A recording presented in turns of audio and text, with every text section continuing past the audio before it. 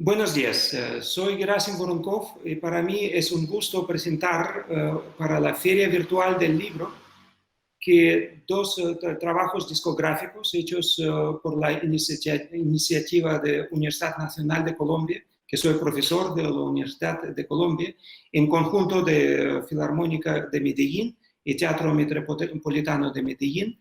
En este trabajo se presenta mi obra sinfónica, que es este es el disco, el Sounds of Dreams, el volumen 1, y también otro trabajo que es Sounds of Dreams, volumen 2, que está dedicado a música de cámara, que son piezas de mi autoría y también de otros dos compositores rusos, que es Shostakovich y Prokofiev.